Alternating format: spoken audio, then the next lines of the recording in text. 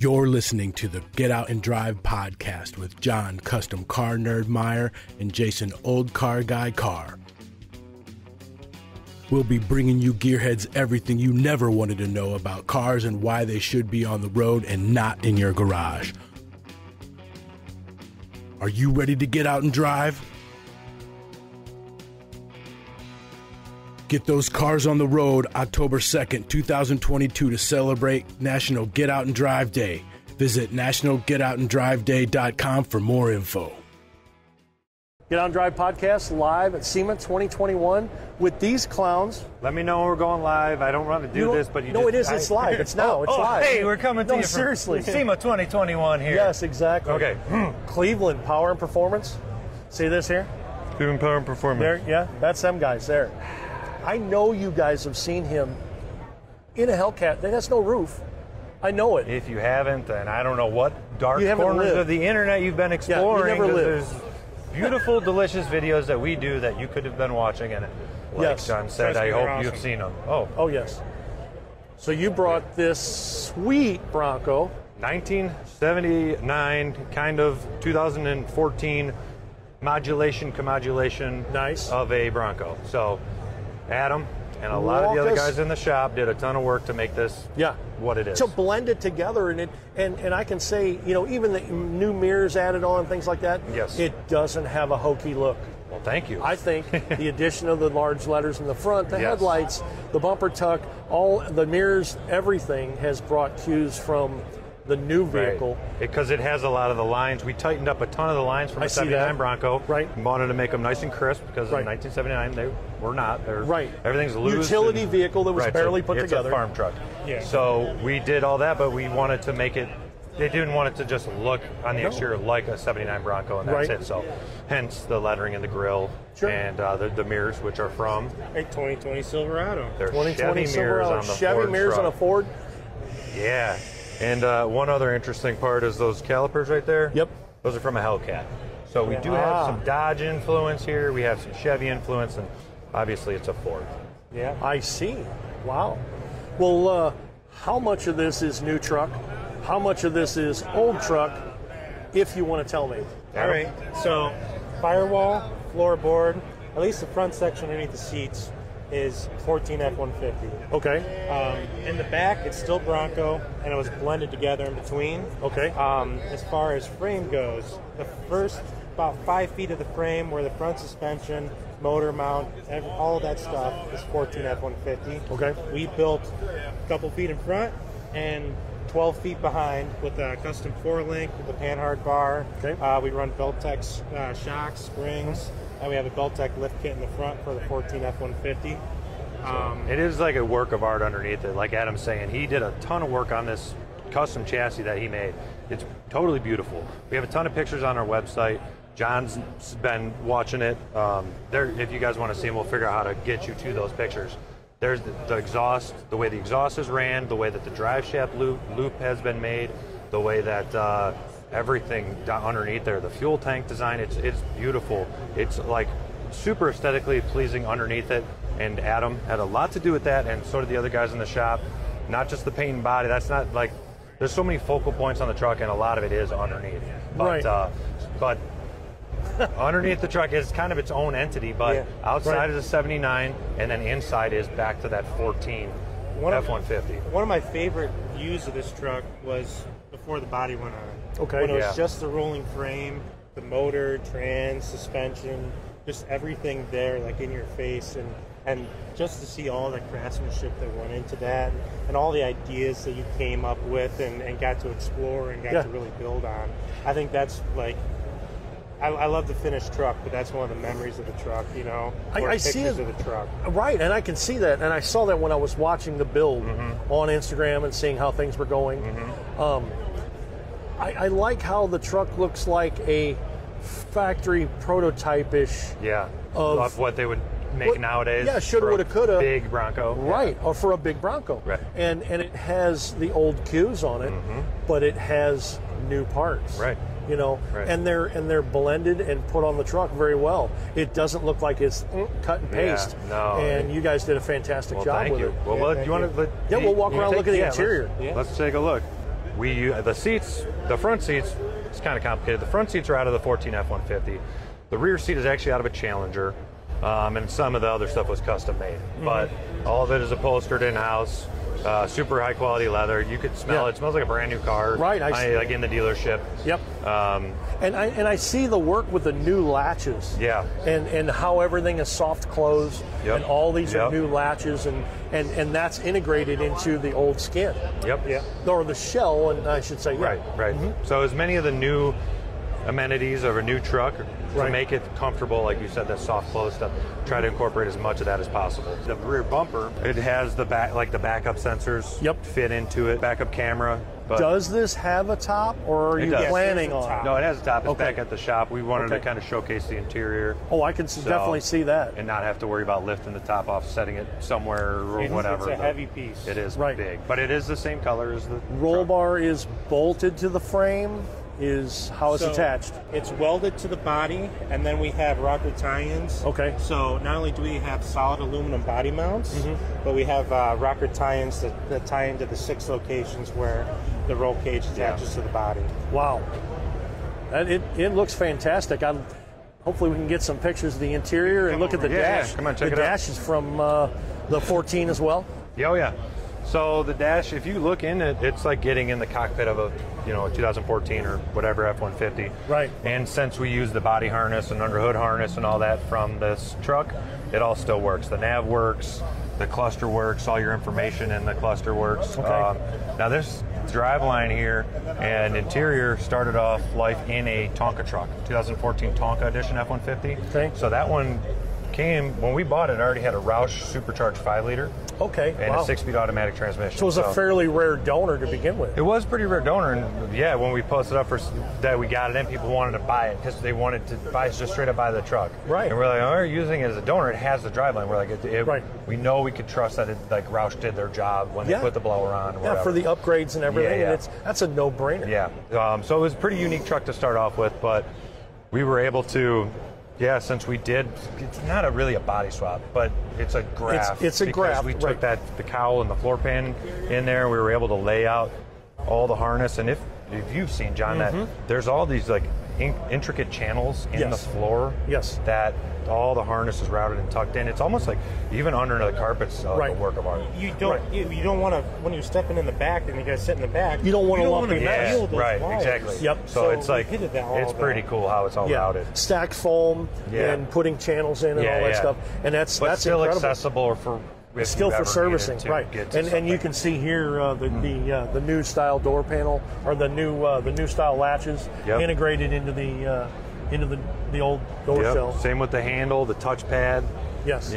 These are custom billet aluminum switch control plates that blend into the factory arm grab. Yeah, that pockets. Adam made.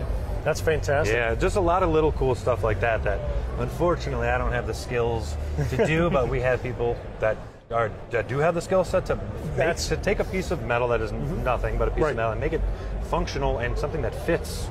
And it's just wild. And there's so much of that happening on this truck, and it does take a minute. A lot of today where people are walking around and it takes them maybe 2-3 different angles to realize well, what year is this? Correct, truck because really? the blending of the years of the truck and the different style and technology you guys have done an incredible job. Well, thank you. Because I see that you have to have that structure in the firewall to hold that, to accept that steering wheel and to make it useful. Yeah. Yes. Yeah, right. And this is still connected, solid. It's not fly-by-wire or steer-by-wire. No, it's electronic steering rack. It's electronic steering rack. So the firewall and floor pan bolts to the factory body mounts. I see. Okay. So the front frame and everything in here is in the exact same location to each other as it would be in an F-150. I see. So all the relationships are the same. Yeah, right. Factory steering shaft. Factory everything underneath. And that's the motor it's kind of tucked in, and you'll see under the hood it's kind of tucked in, back and low, but that's where it needed to sit for us to use. The car kind of tells you generally where parts need to go. Yeah, right. And if it's angry, you just kind of modify it a little bit. Yeah, if you can, right. Yeah, right. Because there's some things that you can change the fit, some things you can't. Like we did have to modify the dash a little bit to get in there, but overall it's a painted and prettied up and upholstered version of a stock appearing dash. Stock dash. But not majorly crafted. It's very minimal to install it in there. Right. That's the whole point. In the whole scheme of things. And same with the door. The door panels are more complicated than probably anything in the interior, just because cutting the doors are so different. And I think what'd you say, Adam? 120 cuts on each door panel. Yeah, it's ridiculous. It's cut section. Yeah, plastic weld. Yes, to figure plastic out. weld, and then it warps, and then you got to cut some more, and you got to move that's some a lot more, of work. Heat it up. Door panels were definitely a big learning curve. Yeah, but they fit and they're on and they work and they match the interior. And it's awesome. Yeah. Go ahead and give that a shot. Show it's just like a new car. Yep. You can see the power step. Yep. Absolutely beautiful. Yep. And I see your perfect street rod style door gaps. A lot of body work. A lot of body work, things like that. And I remember there was a problem with this structure, and it was it wasn't fitting together correctly or something. So this area here, fit the camper top. I remember that, and it had a different sweep. So we had cut and stretched that out 3/4 of an inch on the bottom. And while we did that, gave us the opportunity to put that the push buttons in there. Keypad in there. I removed that panel, Okay. had it off when I changed its shape. Okay. And that gave me complete access to make that happen. Cool. Which has probably been the highlight of the car here, or the truck here at SEMA, because that's just something you equate with Ford trucks or whatever. Oh, very much so. So I think that's the telltale that it's like a somewhat newer driveline and interior. And the fact that this opens the vehicle and it's not just stuck on there. Right. It operates and it actually works. It's pretty cool. Yeah. Cool. Well, take us to the drivetrain. It's all painted. It's prettied up. It is, like I said, it's a Coyote with the Roush. Roush put the kit on. Sure. After whoever ordered that truck originally put it on. We obviously had everything torn down and freshened up, and because we painted the motor, we painted the trans, we painted the transfer case. We modeled the hood after the Tonka edition hood. Okay, I see it. So and that's sheet metal. Yes. Made. Okay. Yes, it's all sheet metal. Yeah, real sharp lines on that did take the guys doing the body work. Oh, fair forever. amount of time to make sure that everything was completely symmetrical. Yes. Because you need to. It has to be. It's easy to build one. It's hard to build two. That's the thing. And if it's 1/4 of an eighth of an inch off, right, you may not know, but it has to be. It's small. It's minute. It is. It's like it's so small. It's like a $1.280. Yeah, something like that. Yeah. And then obviously the scoops up top feed the air through this kit that Adam and changing made. the structure and everything inside to accept that. Yeah, because we got rid of all the bracing. There's no more bracing. And that's something that in looking at this, I personally wouldn't know how much work that he did on this. Sure. It is insane. But now that it's done and it's like painted and pretty. And it's just black and it's not jazzy. Right. It looks factory-ish. Right. That's what I talked about. It looking like a factory prototype-ish type of truck. Talk to us about the grill. Is that aluminum? Yes, it's all aluminum. This has actually been my project kind of for the last few months in between doing body work and things. So when I designed this, I just started trying to brainstorm different ideas, and I would just look at pictures of the new Bronco, an old Bronco, different years of Bronco, different years of Fords, and how could I combine so many things together? Okay. So I kept the rectangle, boxy look of the original 79 Bronco grill. It was 4 high, 6 wide.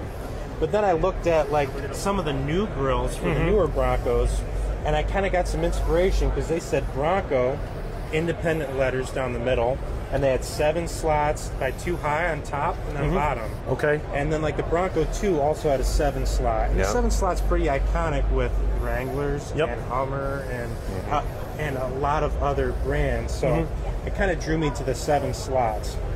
And then I went to the letters.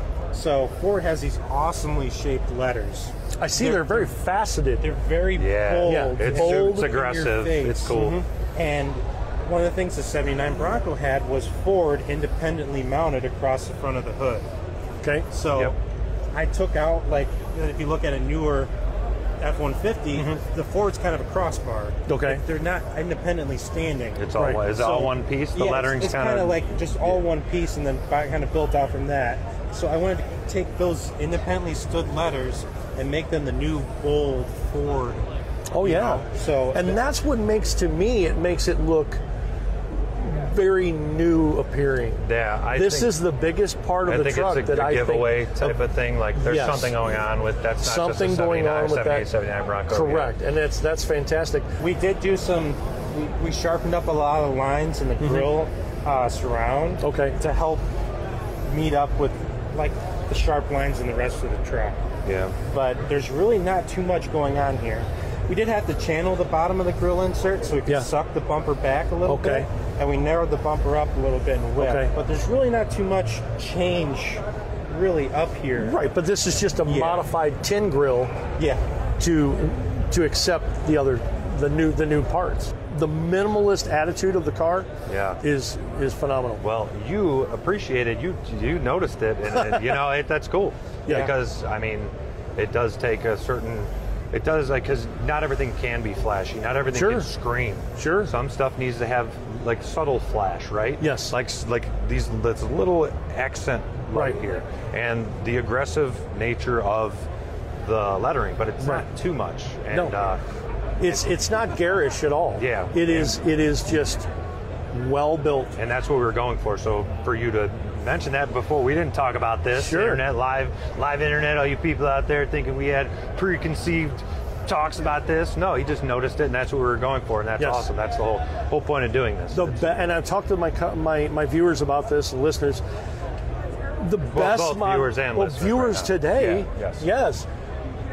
The best modifications are the ones you can't notice. So this is very true, and one of the other guys at the shop, Andy, shout out Andy Witt, who had a lot to do with this truck, and Jim and Kevin and Pete and all the other people that had a ton to do with this truck. He would always say his biggest compliment when we would take a car like this out to the show, when it would be one of the LX cars we do a manual trans swap on, or the Reverence Charger, or this, is people thinking certain like stuff that was totally fabricated was factory. Yes. It looked, the quality and the fit was so good that they just assumed that they made them like this way. They just walked right past it. And he said that was his highest compliment, is people thinking his work was that quality. Yes. That they thought it was assembly line, factory, and stuff. So you don't realize, as an average Joe, you don't realize what it took to build this grill that you see sits in here, and it looks like it grew there. But all these guys that had, their dad had a 78, or they had one back, or 79 Bronco that they had back in the day, those are the guys who are like, what's going on here? Tell me as much as you can on it. You know? Yeah, they notice the subtle details, and it's just ridiculously on point. Great job. Yeah, thank you very much. Great job, guys. Thank you very much. Thanks for taking some time to walk around the car, man. My pleasure. My pleasure. Awesome. Absolutely. Awesome. Cool. Internet, thank you for taking the time to listen to us talk. We love you. I don't care if you're in Sweden, Switzerland, or Norway, or even the United States of America. Thank you for taking the time to listen to us talk about this Bronco. Built by Cleveland Power and Performance. Right. Brought to you by Get Out and Drive podcast. Yes, the perfect vehicle to get out and drive. Let's go. Yes, let's go. Let's go. Get the keys. Find the keys. Racing Junk is the #1 racing and performance marketplace where you can post your racing junk for free. Parts, engines, race cars, trailers, project builds, muscle cars, chassis, tires, and so much more. Buy, sell, trade, and browse on Racing Junk and turn your garage into cash in your pocket. Or find that next dream on the site, built by gearheads for gearheads. And best of all, there's no transaction fees. 100% of what you make through your ad is yours to keep. Speed over to our friends at racingjunk.com and sign up for a Pro Club membership. Use the code GETOUT to receive a discount when you sign up for a Pro Club membership. Cruise on over to our website, getoutanddrive.com, for all the info you never wanted to know about our podcast. Hit us up on our listener hotline, be the first to know what's happening, get industry news, and grab your Get Out and Drive merch. Connect with us on social media. Find us on Facebook, Instagram, and TikTok. Follow us on Twitter at Get Out and Drive Pod. What drives you?